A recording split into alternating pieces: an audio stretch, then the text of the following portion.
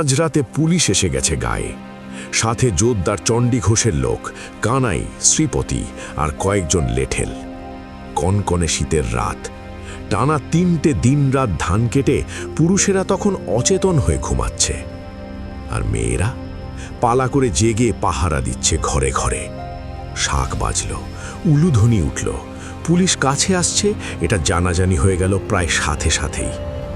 এখন চাইলেই ভুবন মণ্ডল সরে পড়তে পারত, উধাও হয়ে যেত।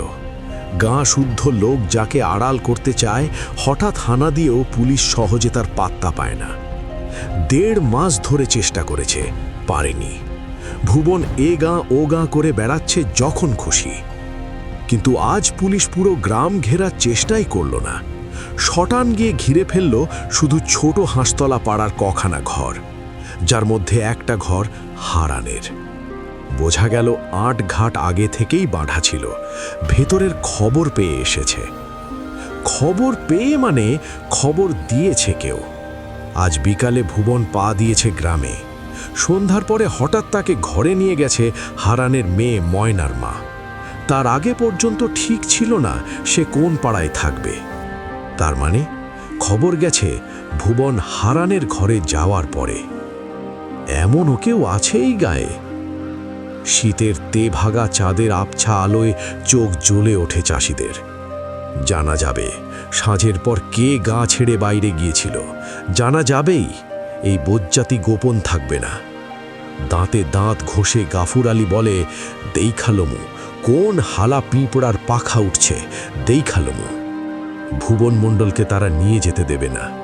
সালিগঞ্জ থেকে পুলিশ তাকে নিয়ে যাবে, তাদের গায়ের কলঙ্ক তারা সইবে না। ধান দেবে না বলে কবুল করেছে জান, সেই জানটাও দেবে এই আপনজনটার জন্য। শীতে আর ঘুমে অবশ দেহগুলো চাঙা হয়ে ওঠে। লাঠি, সরকি, দা, কুড়াল বাগিয়ে চাষিরা দল বাঁধতে থাকে। সালিগঞ্জে মাঝরাতে দেখা দেয় এক সাংঘাতিক সম্ভাবনা। গোটা আষ্টেক মশাল এনেছিল পুলিশ, 3-4টে টর্চ। হাঁসখালি পাড়া ঘিরতে ঘিরতে দপদপ করে মশালগুলো জ্বেলে নেয় তারা। দেখা যায় সব সশস্ত্র পুলিশ, কানাই আর শ্রীপতির হাতেও দেশি বন্দুক। পাড়া চিনলেও হারানের বাড়িটা ঠিক চিনত না ওরা। সামনে রাখালের ঘর পেয়ে ঝাঁপ ভেঙে তাকে বাইরে আনিয়ে রেডিং পার্টির নায়ক মনমথ জিজ্ঞেস করে, আগে কোল হারান দাসের কথা কন। গালে একটা চাপড় পড়তেই হাউমাউ করে কেঁদে ওঠে রাখাল। দম আটকে আটকে এমন ঘন ঘন উঁকি তুলতে থাকে যে তাকে আর কিছু জিজ্ঞেস করাই অনর্থক। এই বোকা হাবা চাষাগুলো শুধু বেপরোয়া নয়, একেবারে তুখোড় হয়ে উঠেছে চালাকিতে। এদিকে হারান বলে ওঠে, হায় ভগবান। ময়নার মা বলে, তুমি উঠলে কেন, ক দেখি। বলে, কিন্তু জানে কথাটা কানে যায়নি। বুড়োরা চোখে যেমন কম দেখে, কানেও তেমনি কম শোনে। হারান কি হয়েছে ভালো বুঝতেও পারেনি, শুধু বাইরে একটা গন্ডগোল টের পেয়ে ভড়কে গেছে। ছেলে আর মেয়েটাকে বোঝানো গেছে চটপট, কিন্তু এই বুড়োকে বোঝাতে গেলে এত জোরে চেঁচাতে হবে যে প্রতিটা কথা পৌঁছে যাবে বাইরে যারা ব্যাট দিয়েছে তাদের কানে। আর 2-1 দণ্ড চেঁচালেই যে বুঝবে হারান, তাও নয়। তার ভোঁতা ঢিমে মাথায় অত সহজে কথা ঢোকে না। এই বুড়োর জন্য না ফাঁস হয়ে যায় সব। ময়নার মা ভুবনকে বলে, বুড়া বাপটার তরে ভাবনা। ভুবন বলে, মোর কিন্তু হাসি পায় ময়নার মা গম্ভীর মুখে বলে, হাসির কথা না, গুলিও করতে পারে, দেখুন মাত্তর। কইব হাঙ্গামা করেছিলেন। তাড়াতাড়ি একটা কুপি জালে ময়নার মা। হারানকে তুলে নিয়ে বিছানায় শুইয়ে দিয়ে হাতের আঙুলের ইশারায় বলে, চুপচাপ শুয়ে থাকো। তারপর কুপির আলোয় মেয়ের দিকে তাকিয়ে নিদারুণ আফসোসে ফুঁসে ওঠে, আহ, ভালো শাড়িখান পরতে পারলি না, বলছো নাকি? ময়না বলে। ময়নার মা নিজেই টিনের তরঙ্গের ডালাটা প্রায় মুচড়ে ভেঙে তাঁতের রঙিন শাড়িখান বার করে। ময়নার পরনের হেরা কাপড়খানা গা থেকে একরকম ছিনিয়ে নিয়ে তাড়াতাড়ি এলোমেলোভাবে জড়িয়ে দেয় রঙিন শাড়িটা। বলে, ঘুমটা দিবি, লাজ দেখাবি, জামাইয়ের কাছে যেমন দেখাস। তারপর ভুবনকে বলে, ভালো কথা শোনেন, আপনার নাম হইল জগমোহন, বাপের নাম সাতকড়ি, বাড়ি হাতিনাড়া, থানা গৌরপুর। হঠাৎ নতুন এক কোলাহল কানে আসে ময়নার মার। কান খাড়া করে শোনে। কুপির আলোতেই টের পাওয়া যায় প্রৌঢ় বয়সের শুরুতেই তার মুখে দুঃখ দুর্দশার ছাপ কি রুক্ষতা আর কাঠিন্য এনে দিয়েছে। ধুতি পরা বিধবার বেশ, কদম ছাটা চুল চেহারায় এনে দিয়েছে পুরুষালী ভাব। বলে, গা ভাঙ্গা রুই খেয়ে আইতেছে, তাই না ভাবতেছিলাম ব্যাপার কি, গার মাইনসে সাড়া নাই। ভুবন বলে, তবেই সারছে, 10-20টা খুন জখম হইব নির্গাত। আমি যাই, সামলাই গিয়া। থামেন আপনি, বসেন, ময়নার মা বলে, দেখেন কি হয়। শডেরেক চাষি অস্ত্র হাতে এসে দাঁড়িয়েছে দল বেঁধে। তাদের আওয়াজ পেয়ে মন্মথ জড়ো করেছে তার ফৌজ। হারানের ঘরের সামনে 2-4 জন পাহারায়, বাড়ির পাশে ও পিছনে, যাতে বেড়া ডিঙিয়ে ভুবন না পালায়। 10টা বন্দুকের জোর মন্মথের, নিজের রিভলভারও আছে। তবু চাষিদের মরিয়া ভাব দেখে সে অস্বস্তি বোধ করছে। স্পষ্টই বোঝা যায়, তার সুরটা রীতিমতো নরম। স্রেফ হুকুম জারির বদলে সে যেন একটু বুঝিয়ে দিতে চায় উচিত আর অনুচিত কাজের পার্থক্যটা। বক্তৃতার ভঙ্গিতে মন্মথ জানায়, হাকিমের দস্তখতি পরোয়ানা নিয়ে সে এসেছে হারানের ঘর তল্লাশ করতে। তল্লাশ করে আসামি না পেলে ফিরে চলে যাবে। বাধা দেওয়া, হাঙ্গামা করা উচিত নয়, ফল খারাপ হবে, বেআইনি কাজ হবে সেটা। গফুর চেঁচিয়ে বলে, মোরা তল্লাশ করতে দিমু না। প্রায় 200 গলা সায়া দেয়, দিমু না। এমনি যখন অবস্থা, সংঘর্ষ প্রায় শুরু হয়ে যাবে, মন্মথ হুকুম দিতে যাচ্ছে গুলি চালাবার, ঠিক তখনই ময়নার মার খেনখেনে তীক্ষ্ণ গলা শীতার্ত থমথমে রাত্রিকে ছিঁড়ে কেটে বেজে উঠল, রও দেখি তোমরা, হাঙ্গামা কইরো না। মোর ঘরে কোনো আসামি নাই, চোর ডাকায়েত নাকি যে ঘরে আসামি রাখুম। বিকালে জামাই আইছে, শোয়াইছি মাইয়া জামাইরে। দারোগাবাবু তাল্লাশ করতে চান, তাল্লাশ করেন। মন্মথ বলে, ভুবন মণ্ডল আছে তোমার ঘরে? ময়নার মা বলে, দেখেন আইসা, তাল্লাশ করেন। ভুবন মণ্ডল কেডা? নাম তো শুনি নাই বাপের কালে। মাইয়ার বিয়া দিলাম বৈশাখে, 2 ভরি রূপা কম দিছি কেন, জামাই ফিরে তাকায় না। 2 ভরির দাম পাঠায় দিছি, তবে আইজ জামাই পায়ের ধুলা দিছে। আপনারে কমু কি দারোগা বাবু? মাইয়াটা কাইন্দা মরে। মাইয়া যত কাঁদে আমি তত কাঁদি। আচ্ছা আচ্ছা, মন্মথ বলে, ভুবনকে না পাই, জামাই নিয়ে তুমি রাত কাটিও। গৌর সাও হেকে বলে, অত চুপে চুপে আসে কেন জামাই? ময়নার মা গা জ্বলে যায় ময়নার মার। বলে, সদর দিয়ে আইছে, তোমার একটা মাইয়ার 7টা জামাই চুপে চুপে আসে, মোর জামাই সদর দিয়ে আইছে। গৌর আবার কি বলতে যাচ্ছিল, কে যেন আঘাত করে তার মুখে। একটা আর্ত শব্দ শুধু শোনা যায়, সাপে ধরা ব্যাঙের একটি মাত্র আওয়াজের মতো। ময়নার রঙিন শাড়ি আর আলুথালু বেশ চোখে যেন ধাঁধা লাগিয়ে দেয় মন্মথর। পিচুটির মতো চোখে এঁটে যেতে চায় ঘোমটা পরা ভীরু লাজুক চাষি মেয়েটার আধপুষ্ট দেহটি। এ যেন কবিতা, বিয়ে পাশ মন্মথের কাছে। যেন চোরাই স্কচ হুইস্কির পেগ। যেন মাটির পৃথিবীর জীর্ণক্লিষ্ট অফিসিয়াল জীবনে এক ফোঁটা টসটসে দরদ। তার রীতিমতো আফসোস হয় যে জোয়ান মর্দ মাঝবয়সী চাষাড়ে লোকটা এর স্বামী। ওর আদরেই মেয়েটার এই আলুথালু বেশ। তবুও মন্মথ জেরা করে। সংশয় মেটাতে গায়ের 2 জন বুড়োকে এনে শনাক্ত করায়। তারপরেও যেন তার বিশ্বাস হতে চায় না। ভুবন চুপচাপ দাঁড়িয়ে আছে, গায়ে চাদর জড়িয়ে, যতটা সম্ভব নিরীহ গোবেচারা সেজে।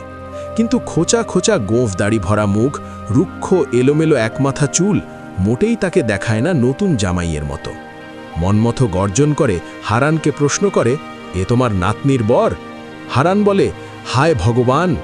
ময়নার মা বলে, জিগান মিছা, কানে শোনে না, বদ্ধ কালা। আহ, মন্মথ বলে। ভুবন ভাবে এবার তার কিছু বলা বা করা উচিত। বলে, এমন হাঙ্গামা জানলে আইতাম না, কর্তা মিছা কইয়া আনছে আমারে। সরাইলের হাটে আইছি, ঠায়রেন পোলারে দিয়া খবর দিলেন, মাইয়া নাকি মর মর, যখন যায় এখন যায়। তুমি অমনি ছুটে এলে।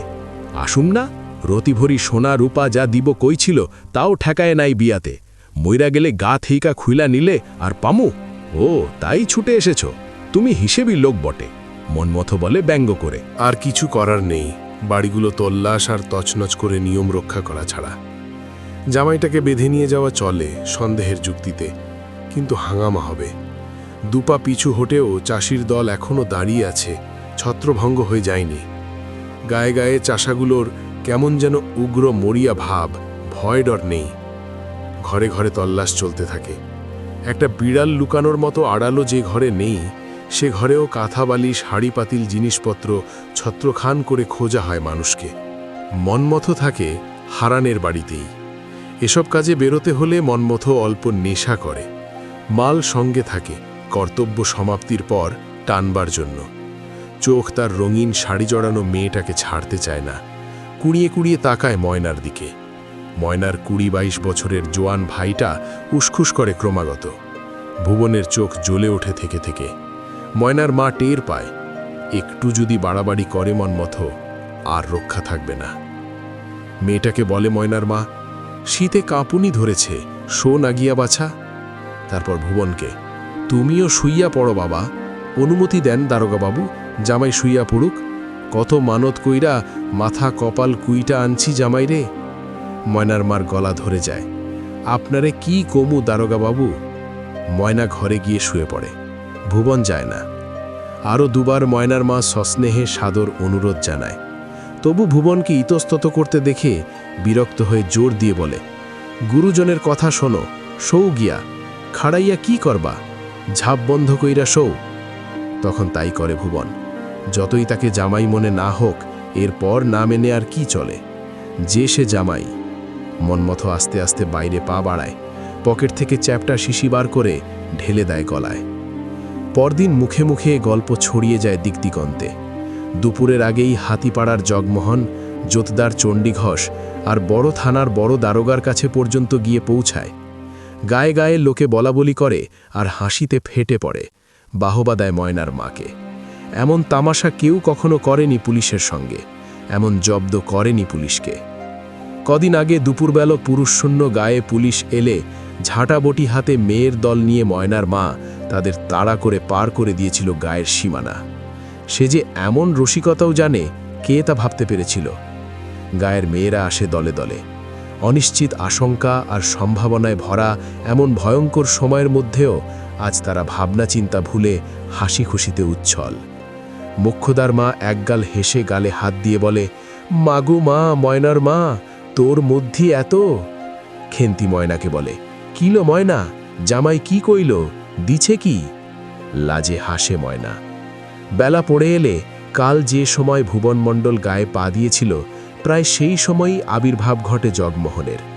বয়স 26-27, বেটেখাটো জোয়ান চেহারা, দাড়ি কামানো, চুল আচড়ানো, গায়ে ঘর কাচা শার্ট, কাঁধে মোটা সুতির সাদা চাদর। গায়ে ঢুকে গটগট করে চলতে থাকে হারানের বাড়ির দিকে, এপাশ ওপাশ না তাকিয়ে গম্ভীর মুখে। রসিক দাওয়া থেকে ডাকে, জগমোহন নাকি, কখন আইলা? নন্দ বলে, আরে শোন শোন, তামুক খায়া যাও। জগমোহন ফিরেও তাকায় না। রসিক ভোরকে গিয়ে নন্দকে শোধায়, এই কাণ্ড বুঝলানি? কেমনে কমু?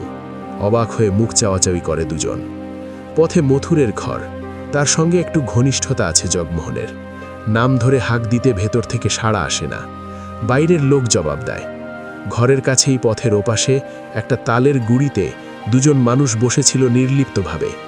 একজনের হাতে খোটা শুদ্ধ গরু বাঁধা দড়ি।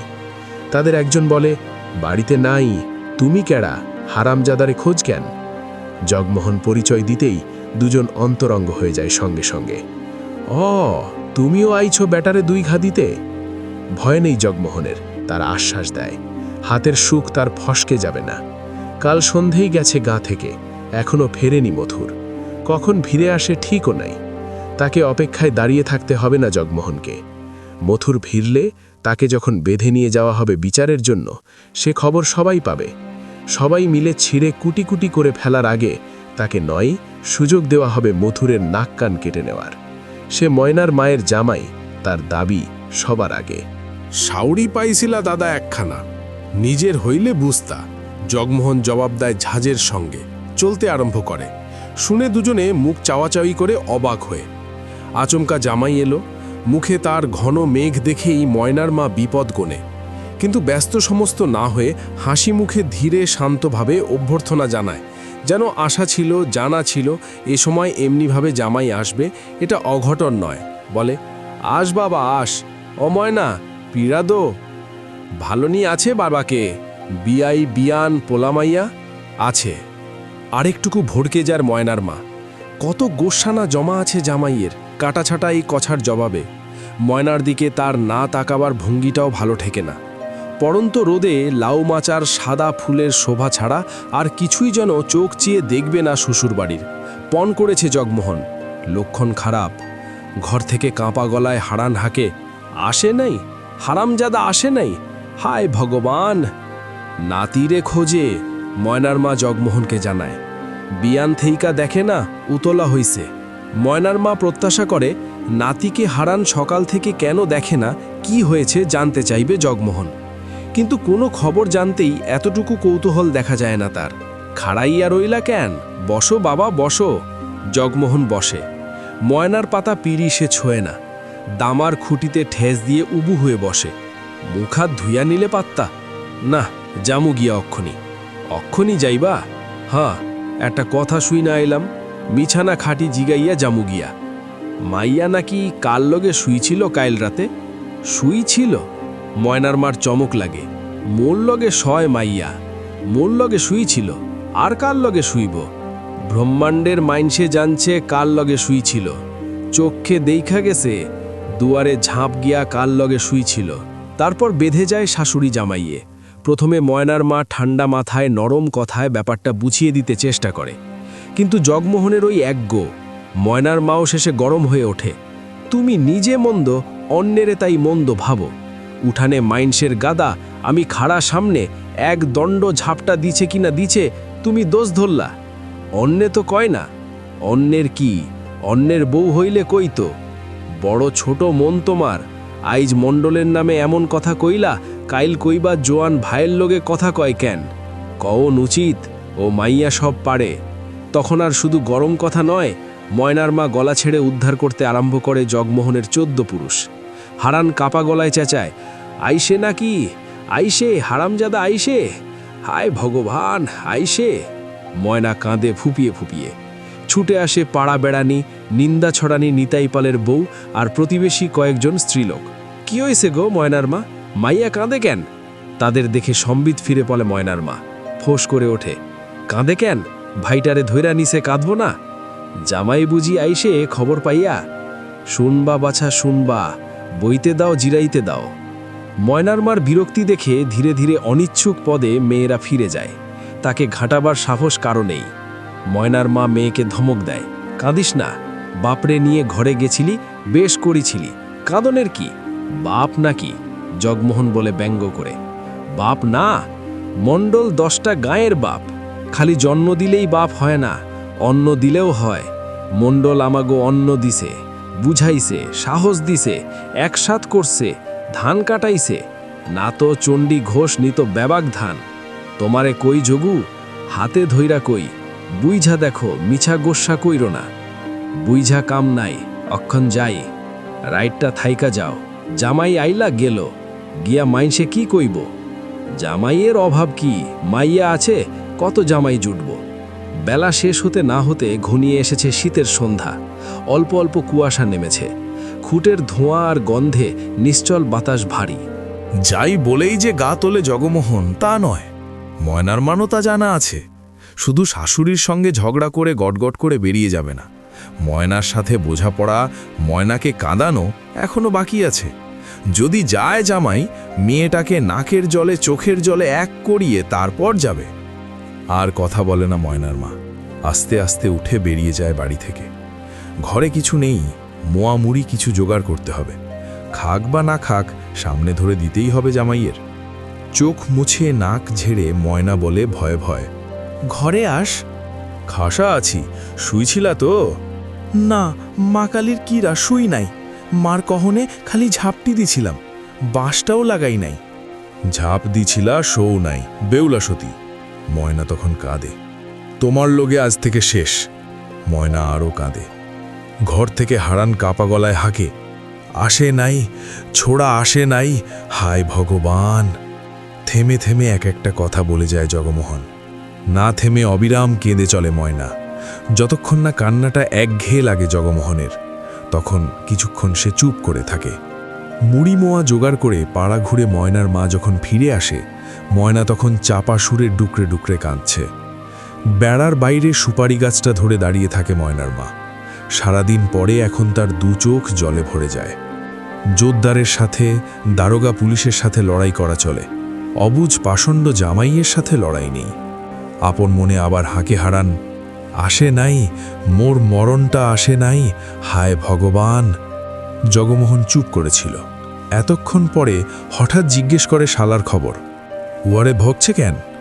ময়নার কান্না থিতিয়ে এসেছিল। সে বলে, মণ্ডল খুড়ার লগে গোদল পাড়া গিছিল, ফিরতি পথে একা পাইয়া ধরছে। কেন ধরছে? কাইল জব্দ হয়েছে, সেই রাগে বুঝি। বসে বসে কি ভাবে জগমোহন। আর কাঁদায় না ময়নাকে। ময়নার মা ভেতরে আসে, কাশিতে মুড়ি আর মোয়া খেতে দেয় জামাইকে। মাথা খাও, মুখে দাও। আবার বলে, রাইত কইরা কেন যাইবা বাবা, থাইকা যাও। থাকনের বোনাই, মা দিব্যি দিছে। তবে খাইয়া যাও, আঁখা ধরাই। পোলাটারে ধৈরে নিছে, পাড়ান পোড়ায়। তোমারে রাইখা জুরামু ভাবছিলাম। না, রাইত বাড়ে। আবার কবে আইবা? দেখি। উঠি উঠি করেও দেরি হয়। তারপর আজ সন্ধে রাতেই সেই রকম শোর ওঠে, কাল মাঝরাতের মতো। সদলবলে মন্মথ আবার আচমকা হানা দিয়েছে। আজ তার সঙ্গে শক্তি কালের চেয়ে অনেক বেশি। তার চোখ সাদা। সোজাসুজি প্রথমেই হারানের বাড়ি। কি গো মণ্ডলের শাশুড়ি? মন্মথ বল ময়নার মাকে, জামাই কোথা? ময়নার মা চুপ করে দাঁড়িয়ে থাকে। এটা আবার কে? জামাই। ময়নার মা বলে, বাহ, তোর তো মাগি ভাগ্যি ভালা, রোজ নতুন নতুন জামাই জোটে। আর তুই ছুরি এই বয়সে। হাতটা বাড়িয়েছিল মন্মথ, রসিকতার সঙ্গে ময়নার থুতনি ধরে একটু নেড়ে দিত। তাকে পর্যন্ত চমকে দিয়ে জগমোহন লাফিয়ে এসে ময়নাকে আড়াল করে গর্জে ওঠে, মুখ সামলিয়া কথা বলবেন। বাড়ির সকলকে, বুড়ো হারানকে পর্যন্ত গ্রেফতার করে আসামি নিয়ে রওনা দেওয়ার সময় মন্মথ দেখতে পায়, কালকের মতো না হলেও লোক মন্দ জমেনি। দলে দলে লোক ছুটে আসছে চারদিক থেকে। জমায়েত মিনিটে মিনিটে বড় হচ্ছে। মধুরার ঘর পার হয়ে পানাপুকুরটা পর্যন্ত গিয়ে আর এগোনো যায় না। কালের চেয়ে 7-8 গুণ বেশি লোক পথ আটকায়। রাত বেশি হয়নি, শুধু এ গায়ের নয়, আশেপাশের গায়ের লোক ছুটে এসেছে। এটা ভাবতে পারেনি মন্মথ। মণ্ডলের জন্য হলে মানে বোঝা যেত। হারানের বাড়ির লোকের জন্য চারদিকের গাঁ ভেঙে মানুষ এসেছে। মানুষের সমুদ্র। ঝড়ের উত্তাল সমুদ্রের সঙ্গে লড়া যায় না। ময়না তাড়াতাড়ি আঁচল দিয়েই রক্ত মুছিয়ে দিতে আরম্ভ করে জগমোহনের। 90 বছরের বুড়ো হারান সেইখানে মাটিতে মেয়ের কোলে এলিয়ে নাতির জন্য উতলা হয়ে কাঁপা গলায় বলে, ছোড়া গেল কই, কই গেল, হায় ভগবান। এই গল্প যদি আপনার মনে সামান্য দাগ কেটে থাকে, যদি কৌতূহল জেগে থাকে, তাহলে আমাদের সঙ্গেই থাকুন। পরের এপিসোড মিস না করতে এখনই চ্যানেলটি সাবস্ক্রাইব করুন। আর এই পর্বটি ভালো লাগলে একটি লাইক দিতে ভুলবেন না। এটাই আমাদের গল্পগুলো এগিয়ে নিয়ে যাওয়ার শক্তি।